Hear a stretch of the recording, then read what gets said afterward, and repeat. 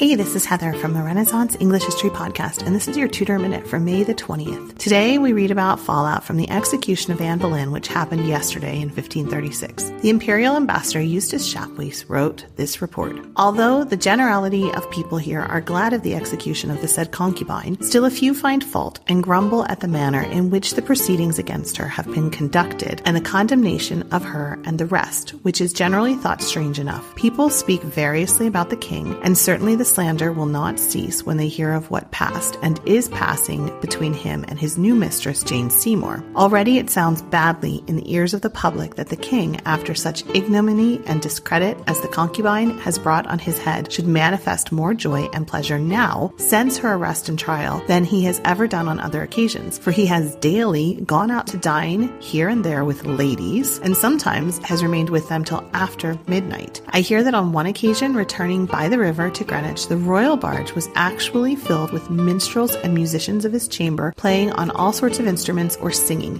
which state of things was by many a one compared to the joy and pleasure a man feels in getting rid of a thin, old, and vicious hack in the hope of getting soon a fine horse to ride, a very peculiarly agreeable task for this king. Henry was celebrating the fact that he was rid of one wife, but London was gossiping about it and seemed none too pleased. That's your Tudor Minute for today. Remember, you can dive deeper into life in 16th century England through the Renaissance English History Podcast at englandcast.com.